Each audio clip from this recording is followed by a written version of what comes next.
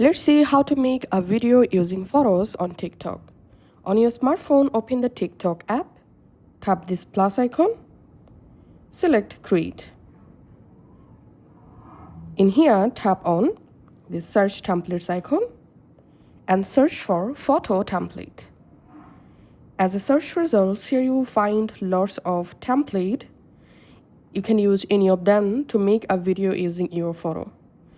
So in my case, I'm just selecting this template, for example, and tapping on Try this template. And now from my gallery, I'm selecting my own photos to replace template photos and tapping on Next. And here we can see my video preview. Now, if you want, you can just go ahead and customize and edit your video from this right-hand menu. Once you're happy, just tap on Next.